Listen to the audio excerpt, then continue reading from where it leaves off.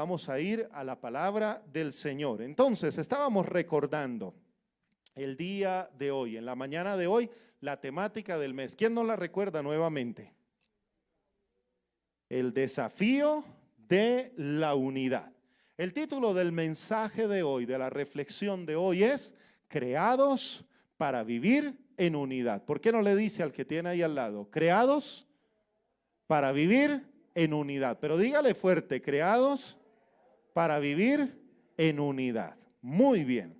Una de las realidades de la vida es que hay creaciones que nos bendicen, creaciones que resuelven problemas, creaciones que hacen que usted y yo podamos vivir mejor y podemos vivir más fácil. Una de esas creaciones fue una creación tecnológica que buscó resolver uno de los más grandes problemas de la humanidad. ¿Sabe cuál fue esa creación tecnológica? Buscar resolver este problema. ¿Cuál problema? El problema de la oscuridad, ¿cierto? Este problema de la oscuridad, y se solucionó el problema a través de esta gran creación tecnológica. Pues cuenta la historia que hace muchos años un hombre tuvo la idea de iluminar una ciudad. Antiguamente la única forma de iluminar era a través de velas, a través de lámparas de petróleo o alcohol que podían funcionar y traer luz a los espacios de oscuridad. Pero ¿qué pasaba con las velas? ¿Qué pasa con las velas? Se acaban rápido, además que son un riesgo para un incendio, ¿no?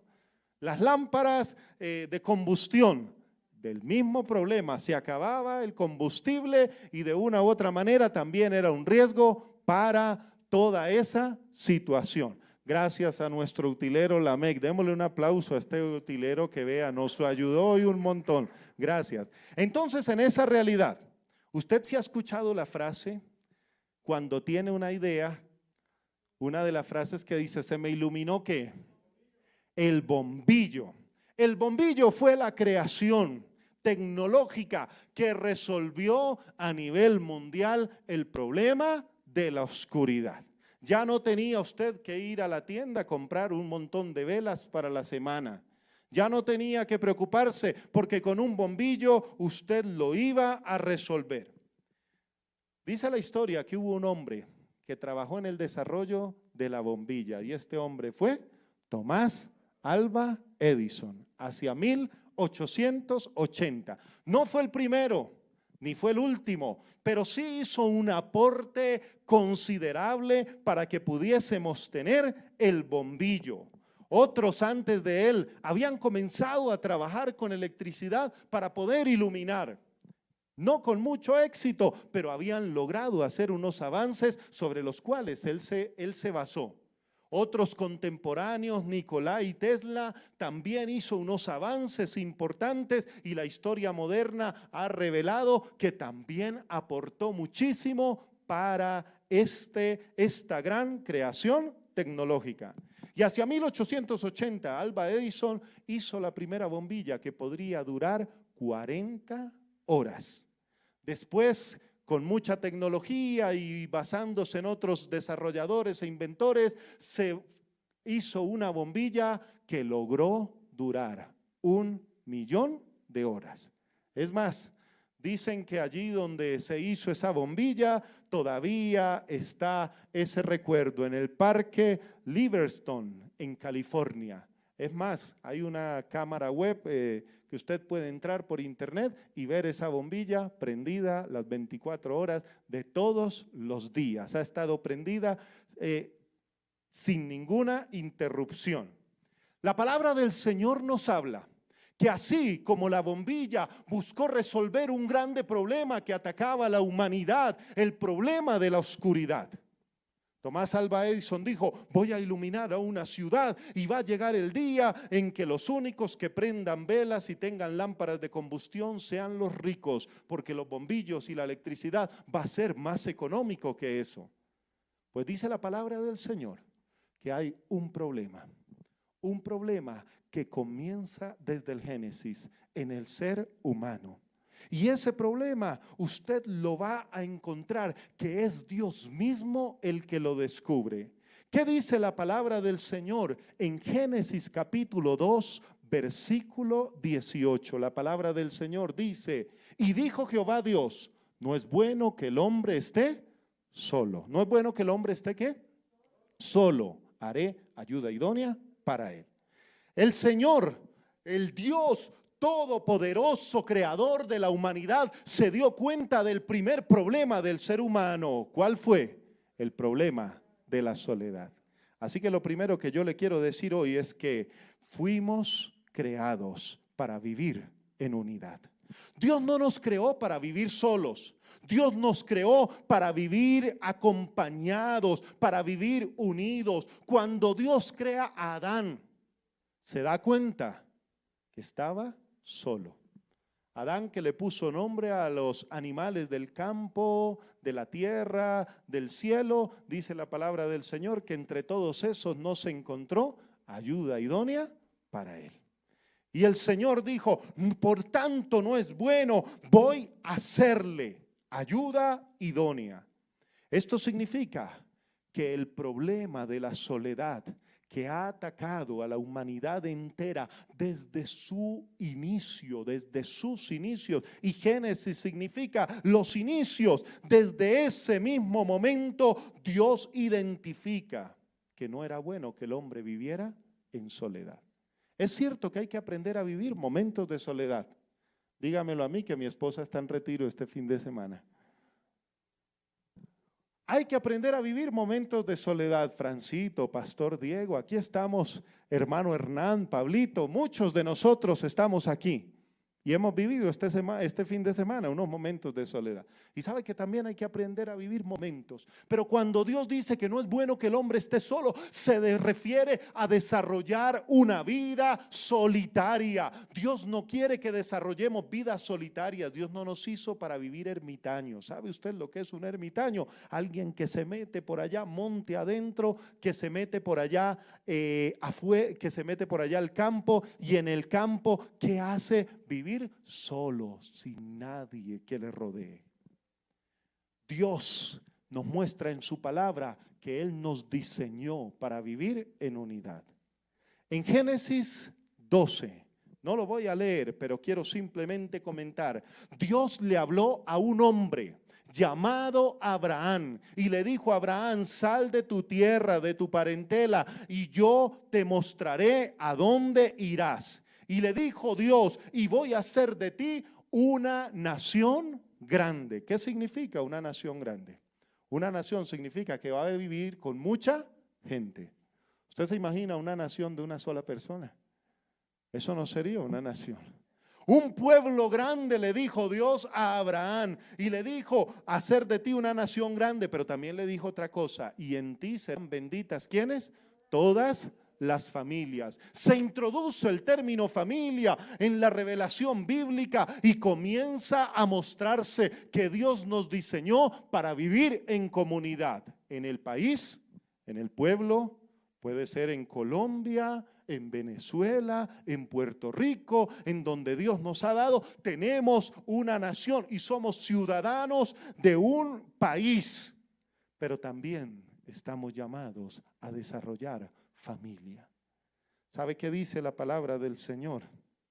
Ay del solo, porque ¿qué pasa con el solo cuando cae? Nadie lo levanta. Pero si va acompañado, ¿qué pasa si alguien cae? El compañero, la compañera lo levanta y le dice: venga, mijo, yo le limpio, y sigamos caminando en el nombre del Señor.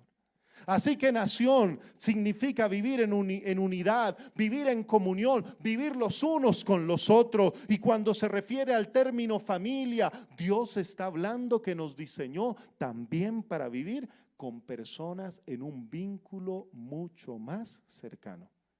Cuando Fabián y Carolina ahorita se despidieron, dice: esta es nuestra segunda casa, es nuestra segunda familia. ¿Sabe por qué?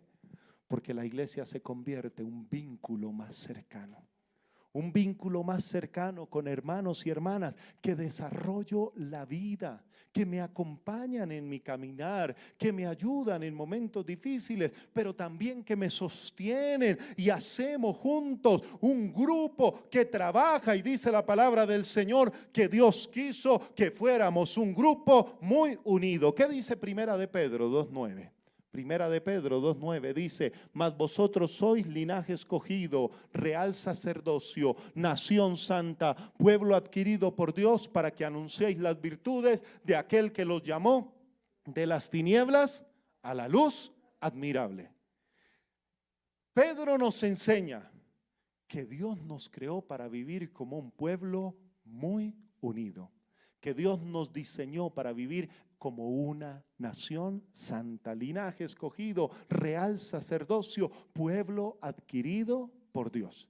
Así que cuando escuchas mensajes bíblicos o predicaciones más bien, donde te hablan solo de individualismo, ten cuidado, porque le pertenecemos a Dios y todos somos pueblo del Señor. Vivimos en unidad, vivimos en comunidad y el Señor nos creó para vivir en unidad. Pero resulta que Tomás Alva Edison, ese hombre que fomentó la creación tecnológica de la bombilla, tuvo un gran problema. Hizo la bombilla, en su laboratorio le funcionó 40 horas. ¿A usted le parece poquito? Si los bombillos nos duraran 40 horas, nos quebramos. Pero imagínese luz eléctrica por 40 horas seguidas. ¿Cuántas velas se comería 40 horas tener prendido un lugar? Y no estaría bien prendido porque la vela no ilumina igual que la luz eléctrica. Pero tuvo un gran problema. Dijo, bueno, ya me funcionó en el laboratorio 40 horas. Ahora, ¿cómo hago para llevarla a varias casas al tiempo?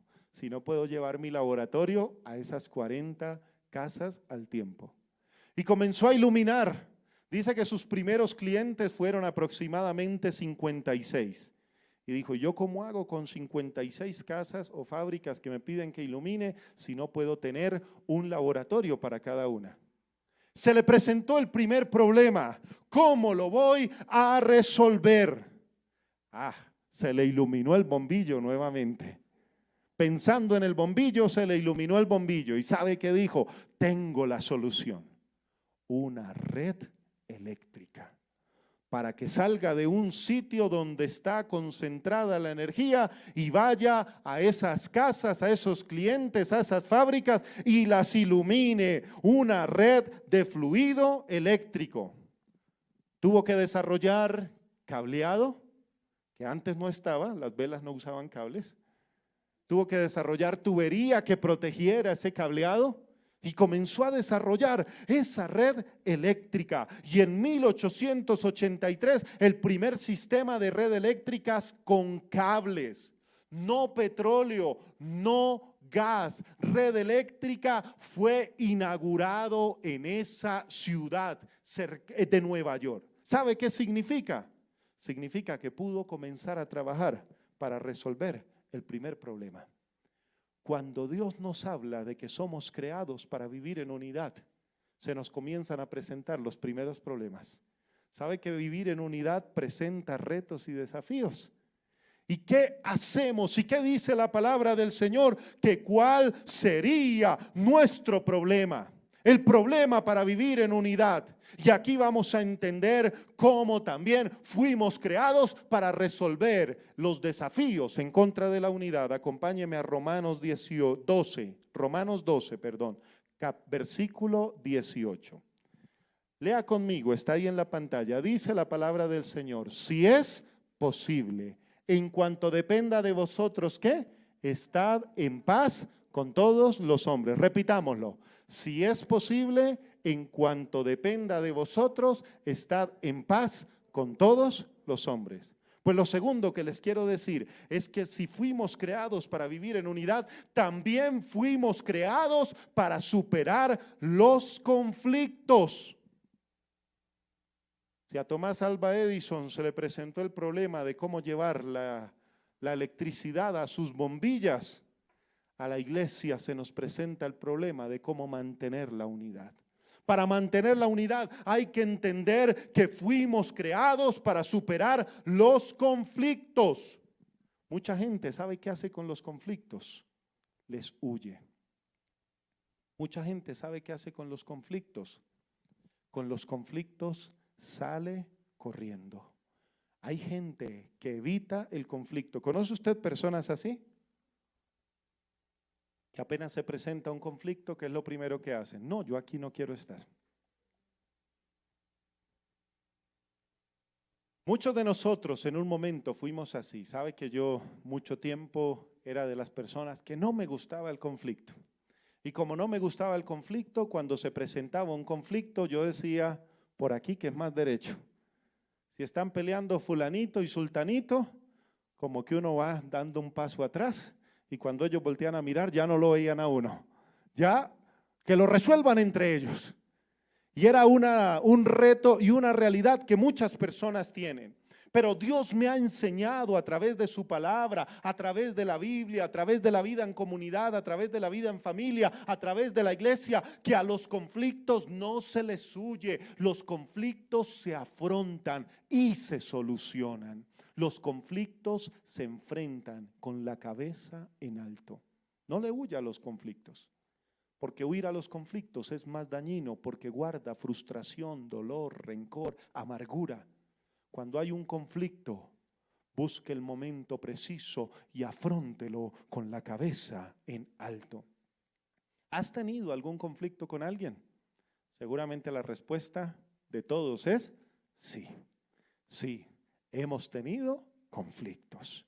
Los conflictos, la palabra del Señor nos dice que atentan contra la unidad. ¿Cuándo? Cuando son mal manejados. Cuando no los resolvemos y cuando no los solucionamos. ¿Sabe que las parejas cuando tienen problemas matrimoniales y entra el conflicto, una de las realidades que ellos hacen, muchas parejas, para alcanzar la madurez, es que comienzan a evitar el conflicto? Y sabe que hay parejas que no pueden hablar de algunos temas porque terminan peleando. Y hay personas que dicen, no, mejor no me toque de ese tema, mi hijo, dice la esposa. O el hombre dice, no se deja hablar de ese tema porque sabe cómo me pongo. ¿Qué han hecho? No han resuelto el conflicto. Hay padres que no pueden llegar a hablar con los hijos porque los hijos le reaccionan fuerte y se forma un conflicto, o el papá no entiende y le contesta de manera fuerte y agresiva y se levanta el conflicto. Pero una manera saludable de resolver los conflictos, la palabra del Señor nos la dice en Mateo 18, verso 15.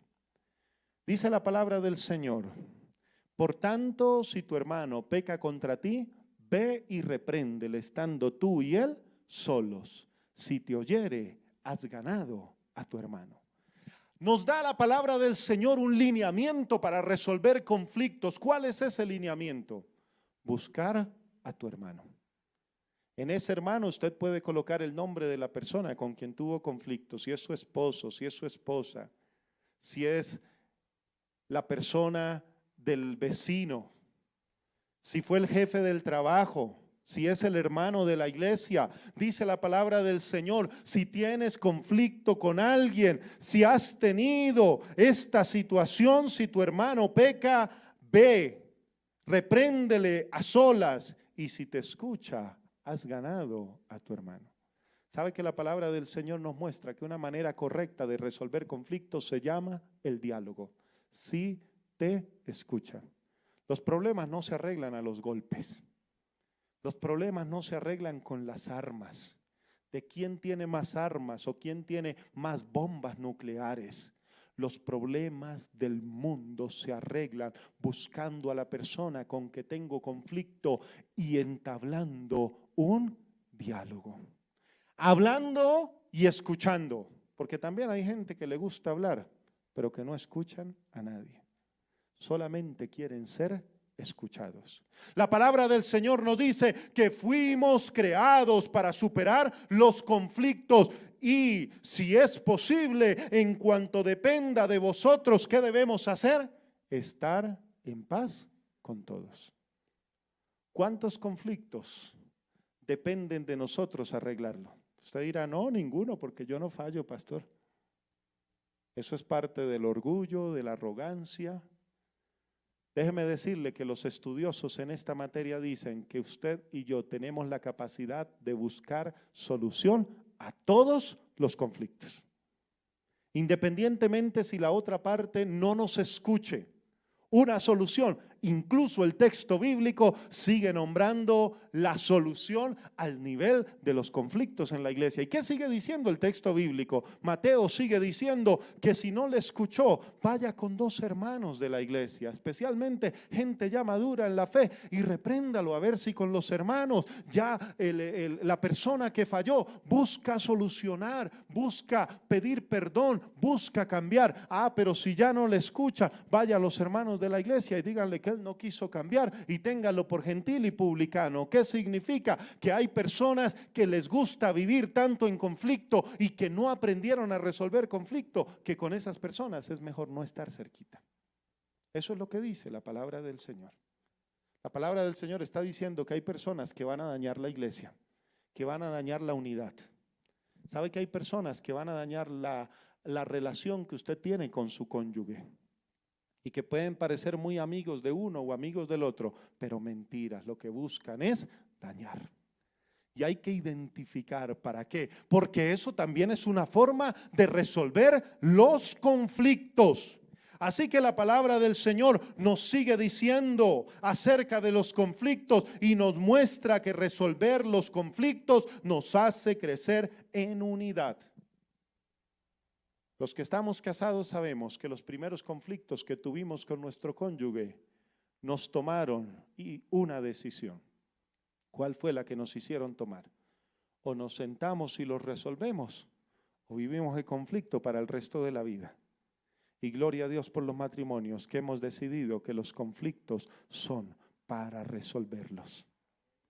En algún momento alguien tiene que resolverlo. Y alguien tiene que ceder en una cosa y el otro en la otra. El peligro de los conflictos es que siempre el que ceda sea la misma persona y el otro lo domine y por la fuerza de la violencia y quizás de la agresividad busque que la otra persona haga todo lo que ella dice.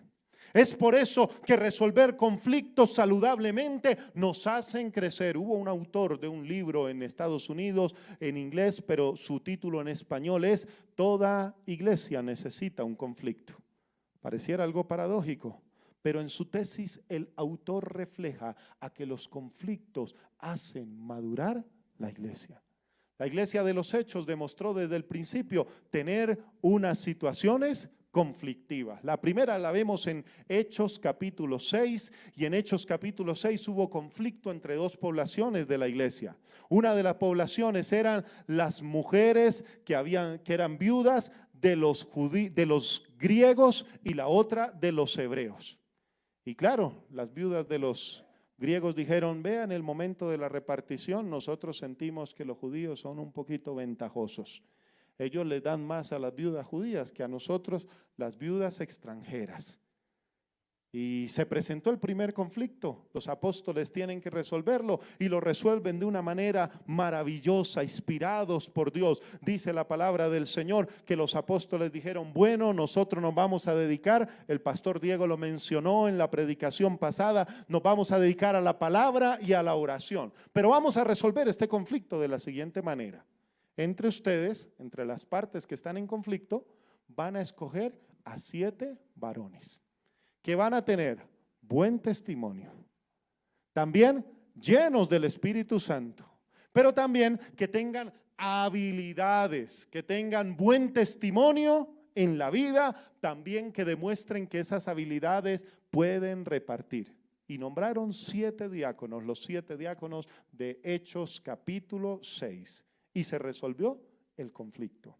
De esta manera le quiero decir que cuando lo resolvemos, seguimos creciendo.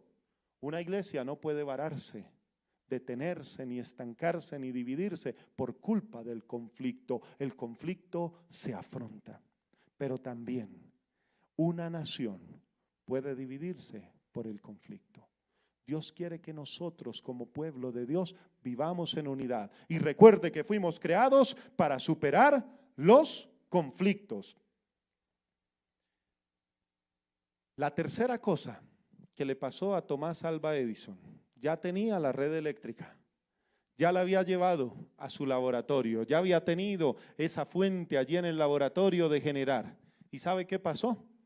Pasó que comenzaron a llegar más clientes, ya no eran 56, comenzaron a crecer, a crecer, a crecer, y recibió una llamada desde Londres y le dijeron: señor Tomás Alva Edison, necesitamos que venga porque hemos sabido de su experimento y de esa creación tecnológica y necesitamos que venga e ilumine todo Londres. ¡Wow! Ya comenzó la creación tecnológica a tomar fuerza, pero había un problema más grande. Ya sabía que tocaba llevar cableado, una red eléctrica, las bombillas que se habían creado con sus inventos y también sus predecesores y toda esta tecnología de iluminación eléctrica, pero ahora había un problema. Una cosa era sacar energía para iluminar 56 clientes, casas o empresas. La otra era para cientos de miles de personas. ¿Qué fuente se iba a usar? ¿Qué fuente tenía tanto poder para iluminar? ¿Se había dado cuenta que las fuentes de hidrocarburos tenían un gran problema? ¿Se había dado cuenta que no solamente ese petróleo, sino también el gas era muy inestable y mantenerlo era también demasiado costoso? ¿Cómo buscar la fuente correcta de generación de energía? Pues nos muestra la historia que se comenzó a desarrollar y Tomás Alva Edison funda una compañía que era Alva Edison General Electric. Y comenzó a crearse esta gran compañía y dentro de esa compañía y todos sus competidores o colaboradores también como Nikola y Tesla comenzaron a investigar fuentes de energía. Y un buen día se llega a una fuente garantizada, una fuente que se podía tener de manera sostenible, que iba a tener el poder de generar electricidad y no iba a faltar, porque era un recurso no solo que sobraba, sino que se renovaba, porque no querían depender de los recursos que no se renovaban, una fuente que se renovaba.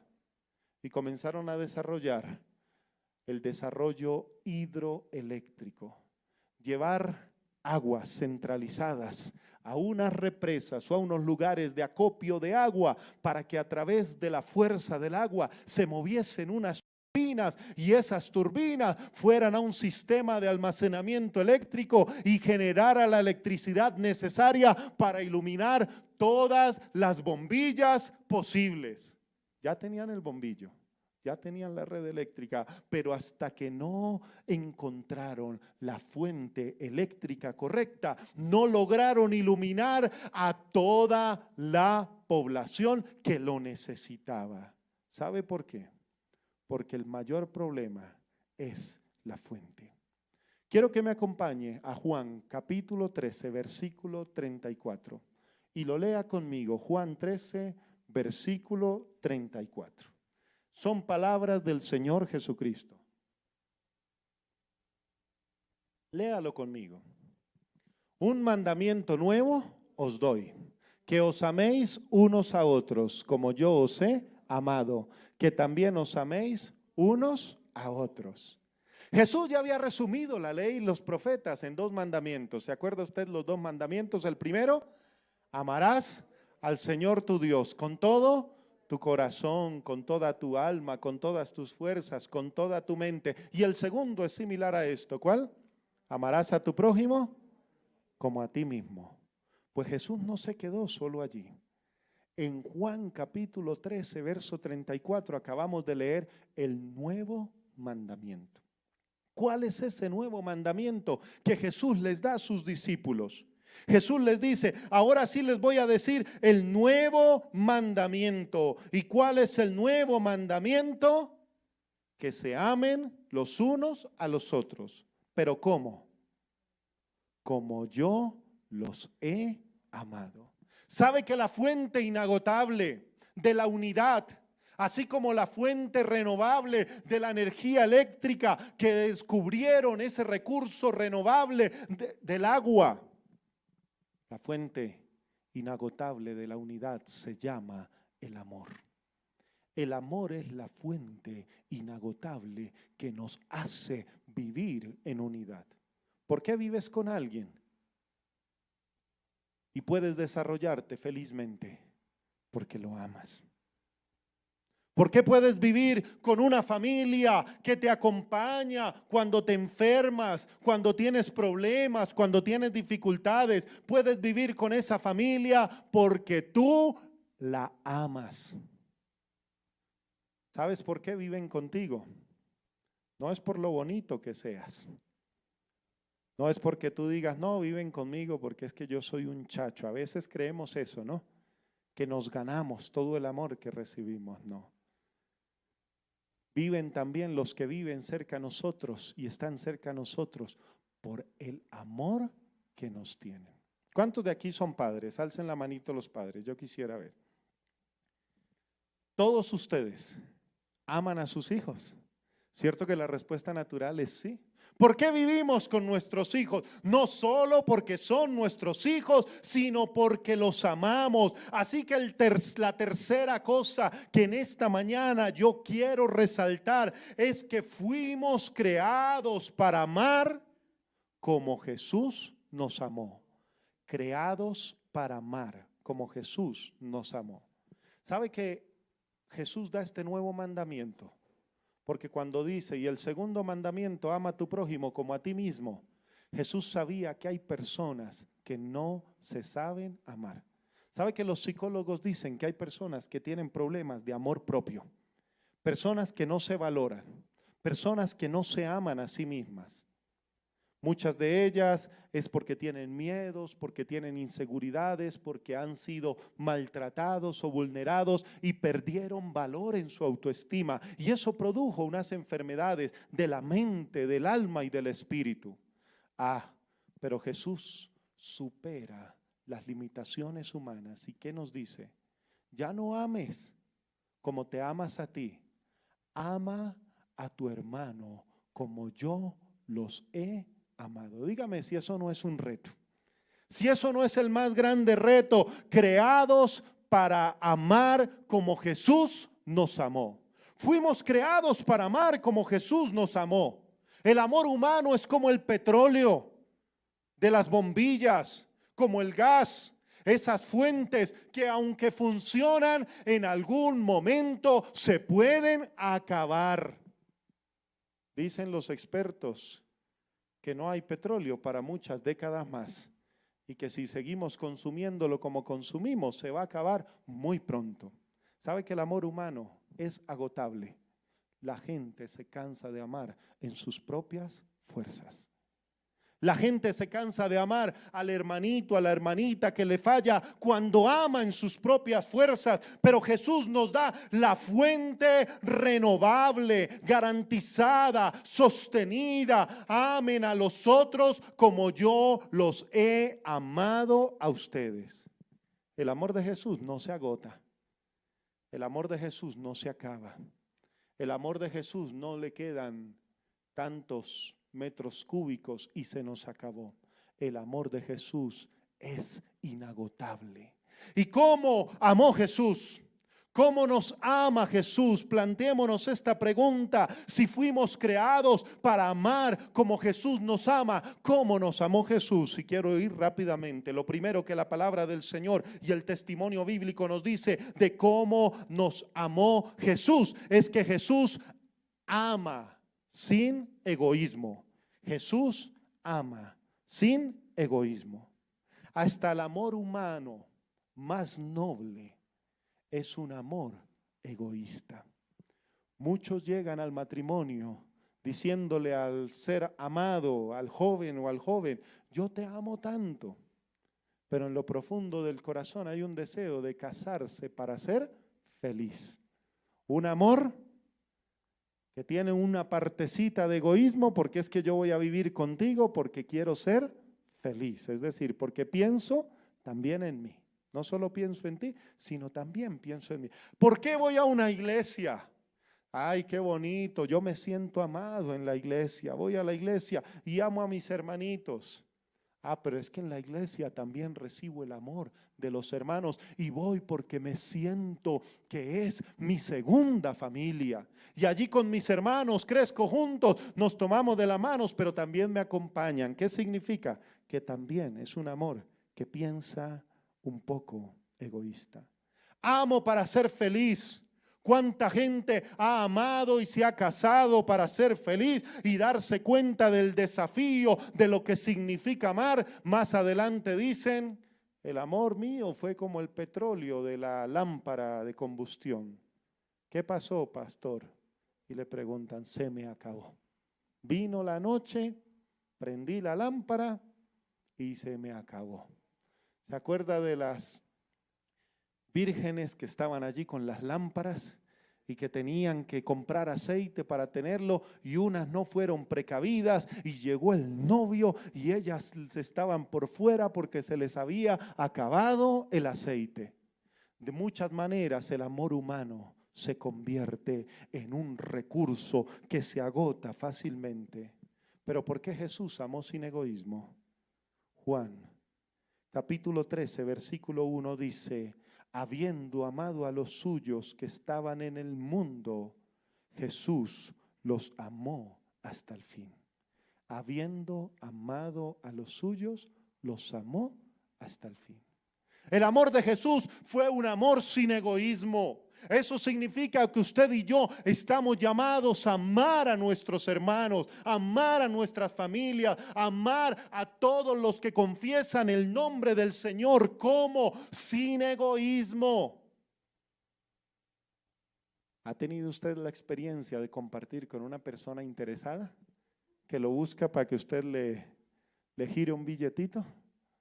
Que le dé una monedita, que le bote una ayuda o que busque un rédito. ¿Sabe que eso es un amor egoísta? Interesado. Pero el amor de Jesús es un amor sin egoísmo. Dios quiere que usted y yo amemos al hermano sin egoísmo. Te amo, pero me das. No. Te amo porque el amor de Jesús hacia mí fue un amor sin egoísmo. La segunda característica de un amor como el amor de Jesús es que Jesús ama sacrificialmente. Para Jesús no había límites de lo que su amor pudiera llegar a dar. El límite de Jesús no era un amor que tenía unas condiciones. La condición del contrato: bueno, te amo si cuando vayamos a hacer mercado lo pagamos mitad y mitad, si no, no te amo. El amor de Jesús no era así. Te amo si cuando nos sentemos a ver una película tú vas a querer siempre ver lo que a mí me gusta. El amor de Jesús no era así. Te amo, pero cuando ocurran los problemas no cuente conmigo porque yo no voy a estar ahí. El amor de Jesús fue sacrificial. No había límites. Juan capítulo 3 verso 16 dice la palabra que porque de tal manera amó Dios al mundo que envió a su Hijo unigénito para que todo aquel que en él cree no se pierda, mas tenga vida eterna. Jesús nos amó sacrificialmente.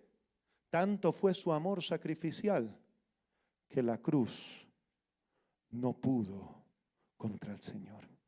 La cruz no fue impedimento para demostrar el amor de Dios. La cruz no amilanó, no llenó de miedo, no menguó al Señor Jesucristo. Al contrario, Él fue a la cruz sacrificialmente porque su amor fue mayor. Él mismo dijo: nadie puede mostrar un amor más grande que este. ¿Cuál? Que alguien dé la vida. ¿Por quién? Por sus amigos, por los que ama. ¿Sabe que eso es una buena medida del amor? Pensemos de vez en cuando por quién daríamos la vida. ¿Será que esa pregunta nos va a ayudar a centrarnos si amamos o no amamos como Jesús? Hay personas que quieren amar a su manera y se les olvida que el amor conlleva consigo un sacrificio. Padres, madres que estamos aquí y que me están escuchando, ¿Cuántos hemos tenido que hacer sacrificios para demostrarles a nuestros hijos que los amamos? Hay padres que no había para comprar la ropa de ellos, pero anualmente tenían que sacar el valor del uniforme y comprar la ropa del niño y de la niña.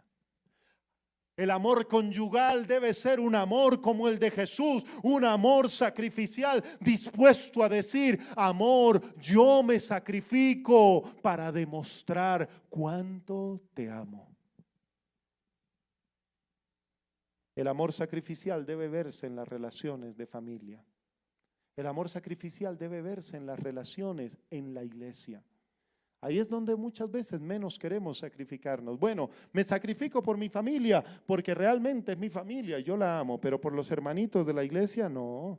¿Cómo yo me voy a sacrificar por ellos? Pues la Biblia dice, sí, amar sacrificialmente también a tus hermanos. Ámense entre ustedes como yo los he amado. La tercera cosa de que nos caracteriza el amor de Jesús es la siguiente: que Jesús nos ama cercanamente, compasivamente y de manera comprensiva. ¿Sabe qué significa? Que Jesús nos ama cercanamente. Significa que Jesús conocía íntimamente a los que amaba. ¿Cómo se puede amar a alguien al que usted no conoce? No podemos amar a alguien al que no conocemos. Jesús conocía a sus discípulos, caminó con ellos por varios años. Y sabe que Jesús comenzó a comprender el carácter de Pedro, un carácter fuerte. Pero también comenzó a entender que Juan era un discípulo amoroso, era cariñoso. Cuando se sentaban, Juan se recostaba su cabeza en el pecho, en el regazo del Señor. Pero también conoció a Judas, que cuando nadie lo veía, metía la mano allí en la bolsa de las ofrendas y sacaba dinero para su propio beneficio. Jesús los conocía a todos. ¿Y sabe qué pasó? Que Jesús los conocía tan de cerca que aún conociéndolos de cerca los amamos, porque para conocer y para amar hay que convivir, hay que relacionarse. Hay que venir y saludarle: hermano, hermana, ¿cómo estás? ¿Cómo te ha ido? Podemos conocernos a través de una llamada, a través de la oración. Cuando usted ora por las necesidades de alguien, usted lo conoce porque conoce sus necesidades. Pero cuando vivimos aislados, ¿cómo podemos amar cercanamente si no nos conocemos? ¿Sabe que hay personas que viven bajo el mismo techo, pero son unos completos desconocidos el uno del otro? El esposo no conoce a la esposa no conoce al esposo y mucho menos conocen a sus hijos. Saben el nombre, el apellido, de pronto la tarjeta de identidad cuando van al médico, pero no conocen su corazón. Jesús conocía el corazón de los suyos. Jesús conocía de cerca cómo pensaban, qué sentían, qué experimentaba. Una parejita que iba a casar me dijo: pastor, lo amo tanto a ese muchacho, que es que mi amor es tan grande que mi amor es ciego. Yo le dije: tenga cuidado, porque los ciegos que no aprenden a andar se estrellan y se golpean. El amor nunca es ciego. El amor de Jesús siempre abre sus ojos y nos mira a nosotros. ¿Sabe una cosa? Jesús lo conoce a usted. Jesús me conoce a mí tal y como somos. Ante Jesús no podemos aparentar ni una pizca. Aunque el domingo vengamos a la iglesia y sonriamos a la gente, Jesús nos conoce de lunes a sábado también. Y Jesús sabe quiénes somos, qué pensamos y qué hacemos. Jesús nos conoció de cerca porque sabe qué pasa con el amor ciego. El amor ciego se acaba. Hay que amar con los ojos abiertos. Por eso cuando estamos en consejería prematrimonial, yo le digo a los novios: ¿conoces sus virtudes? Sacan una lista de por qué están enamorados de la otra persona. No les alcanza el papel. Yo la amo a ella por esto y una cantidad de cosas que uno podría hacer una poesía. Y la siguiente pregunta que yo les hago es: ¿conoces sus defectos? la lista es más chiquita. La lista es más chiquita o comienzan a pensar, Dios mío, pero si yo no le he visto ni un defecto, pastor, es que Él es perfecto. Le dije, no, no es perfecto. Tiene defectos, lo que pasa es que tú no los has visto. Significa que hay que amar con los ojos abiertos, es que amamos a nuestro hermano, amamos a nuestra familia con todas sus virtudes, pero también con sus defectos. ¿Se acuerda ese cantico antiguo que decía, sabía que eres especial? Dice, sabía que tienes un lugar allá en el cielo. Y dice, con tus defectos y cualidades, como tú no hay. Refiriéndose a la vida de la fe, tenemos cualidades hermosas que nos hacen amar a nuestro hermano, pero también tenemos defectos. Hay un hermanito en la iglesia que cada vez que se acaba el culto apaga la luz para que todos se vayan. Qué defecto tan terrible. Saca a la gente corriendo para que todos se vayan y salgan rapidito a hacer lo que tienen que hacer. Pero sabe que hay gente que tiene también muchas virtudes, virtudes que nos ayudan a amarlos. Por eso amar cercanamente significa amar lo que conoces. Ven a la iglesia, tú que estás de manera virtual, conoce a tus hermanos y ámalos como Cristo nos amó. Lo último que quiero decir, y ya termino, Jesús nos ama perdonándonos. Jesús nos ama perdonándonos. Jesús nos demuestra que lo primero, y en este texto bíblico lo que sigue, es que Pedro le dice, Señor, yo te amo tanto que yo voy a ir contigo a donde seas. Porque el Señor le había dicho que se iba a ir a un lugar donde ellos no podían ir. Y le dijo el Señor Jesús, Pedro, no habrá cantado el gallo cuando tú me hayas negado 3 veces. Y dicho y hecho, lo dijo el Señor, así que se cumplió. Pedro lo negó 3 veces. Y Jesús después cruza la mirada con él y resucitado camina con él y lo restituye. ¿Sabe por qué? Porque Jesús ama con un amor que perdona. He escuchado gente decir, yo lo amo, pero no me vaya a fallar nunca. El día que usted me falle, hermanito, hasta ahí se le acabó la amistad. Si te vi, ustedes lo han dicho, ni me acuerdo. Ponemos condiciones, pero Jesús amó con un amor que perdona. Los otros discípulos lo abandonaron. Por ahí estaba solamente Juan, cerca María. Y Jesús no los dejó. Dice la palabra que Jesús resucitado vuelve y se aparece otra vez a sus discípulos. Como leímos en Juan 13:1, habiendo amado a los suyos que estaban en el mundo, los amó ¿hasta cuándo? Hasta el fin. Jesús fue a la cruz perdonando y amando. A los que los maltrataron los miró a los ojos y después miró al Padre en los cielos y le dijo, Padre, perdónalos porque no saben lo que hacen. Judas lo robaba, Judas lo vendió y Jesús no sentía rencor. Cuando llegó a venderlo y le besó la mejilla, Jesús le dijo sinceramente, amigo, ¿a qué has venido? No había falta en los discípulos que Jesús no pudiera perdonar. Jesús lo perdonó todo. ¿Sabe que hay gente que piensa que el amor de Jesús no perdona todo? Y hay gente que dice, yo estoy tan sucio que me da pena ir a la iglesia o me da pena ir donde el Señor. El amor de Jesús tiene poder para perdonarlo todo. La sangre de Cristo limpia todo pecado. El amor de Jesús es un amor que perdona, porque el amor que no perdona es un amor que muere. Cuando no perdonas a tus hijos, tu relación se va a morir. Cuando no perdonas a tus hermanitos en la iglesia cuando te fallan, la relación eclesial se va a morir. Cuando no perdonas a tus padres, aunque estén vivos, su relación habrá muerto, porque la falta de perdón produce muerte. Jesús perdonó porque Jesús amaba.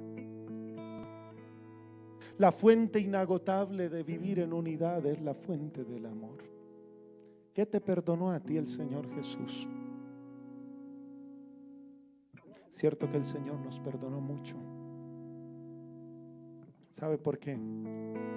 Porque nos perdonó todo. Y dice la palabra que el amor cubrirá multitud de pecados. ¿Por qué te ama tu esposa? Porque perdona. Puede perdonarnos a nosotros los hombres cuando somos a veces tan duros. ¿Por qué los hermanos se pueden seguir amando? Porque los hermanos se pueden seguir amando porque Cristo nos perdonó y nos enseña que el amor significa perdonar. Así que, una vez con una fuente inagotable, Tomás Alva Edison pudo conectar, y los desarrolladores de la energía eléctrica, una fuente renovable con todo el sistema eléctrico. Y es por eso que hay cámaras, que hay bombillos, que hay videobin, que su celular está cargado y está prendido, porque hay una fuente renovable. ¿Quiere mantenerse en unidad? Busque la fuente del amor. Fuimos creados entonces para vivir en unidad. Fuimos creados para superar los conflictos y fuimos creados para amar como Jesús nos amó. ¿Por qué no te colocas de pie por un momento? Alza tu manito al cielo y dile: Señor, yo fui creado para vivir en unidad y te doy tantas gracias por ello. Te doy gracias, Señor, porque tú me creaste no para soledad. Tú me creaste para pertenecer a tu pueblo, a ser tu hijo, a vivir en una familia, a ser ciudadano del reino de los cielos. Hoy te doy gracias porque fui creado por ti y me comprometo a vivir en unidad. Pero también dile: Señor, yo fui creado para superar los conflictos. Me comprometo a que en cuanto dependa de mí, estaré en paz con todos. Buscaré al que me ofendió, y si me escucha, lo ganaré para el Señor. Buscaré a mi cónyuge, a mis hijos, y podré resolver en el nombre de Jesús nuestras diferencias. Llegaremos a acuerdos que nos beneficien y nos hagan crecer mutuamente. No permitiré que la iglesia sea dividida y yo participe de una división, porque me creaste para vivir y superar los conflictos, incluso que la vida de la iglesia nos presenta. Pero por sobre todas las cosas, hoy decido conectarme a la fuente inagotable de la unidad. Y esa fuente inagotable es Jesús, es su amor. Es que yo, plantado en el Señor Jesucristo, podré amar como Él me ama. Amar como Jesús ama implica que no serás más egoísta, que amarás sacrificialmente, que amarás cercanamente, que amarás a través del perdón. Porque no le dices: Señor, yo entiendo que tú me amas, y como tú me has amado, ayúdame a amar a los demás. Ayúdame a amar a mi cónyuge, a mis hijos, Ayúdame a amar a mis hermanos. Ayúdame a amar a todos con los que me relaciono, Señor, como tú nos has amado. Porque yo no quiero desconectarme de la fuente. Sin fluido eléctrico constante, todas las bombillas se apagarían. Sin el amor de Jesús, no habrá unidad cristiana en ninguna parte del mundo. Yo quiero tu amor, Señor. Yo quiero amar como tú amas. He recibido tu amor por gracia, por misericordia. No me lo merezco y tú me amaste. No merecía tu perdón y tú me perdonaste. Y hoy quiero que ese amor transforme todas mis relaciones. Todas mis relaciones. Dile, Señor, transforma mis relaciones. Dile, Señor, transforma mis relaciones en el nombre de Jesús. Mi relación primero contigo. Que yo te ame y responda a tu amor. Mi relación con mi familia. Mi relación con mis hermanos de la fe. Mi relación en donde yo trabajo, en donde yo vivo, con los que estudio, en donde me relaciono. Hoy, Señor, te pido que tu amor transforme toda relación y eche fuera el temor. Porque es tu amor el que nos sostiene. Alza tus manitos y dile al Señor, Señor, hoy te doy gracias. Y cantemos este coro.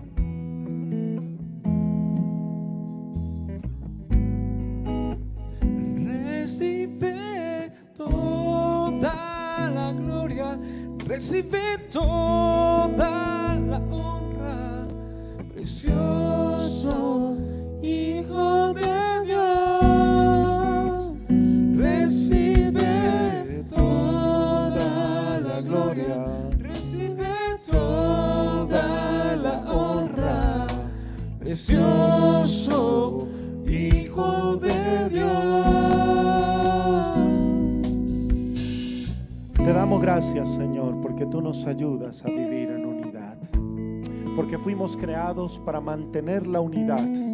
Porque fuimos creados para superar los conflictos. Porque fuimos creados para amar como Jesús nos ama. Echa tu bendición sobre nuestras vidas y que tu Espíritu Santo que habita en nosotros nos ayude y nos guíe a tu verdad. En el nombre de Jesús. Amén y amén. Démosle un aplauso al Señor. Gracias por conectarte con Discípulos de Cristo Norte, donde una nueva vida es posible.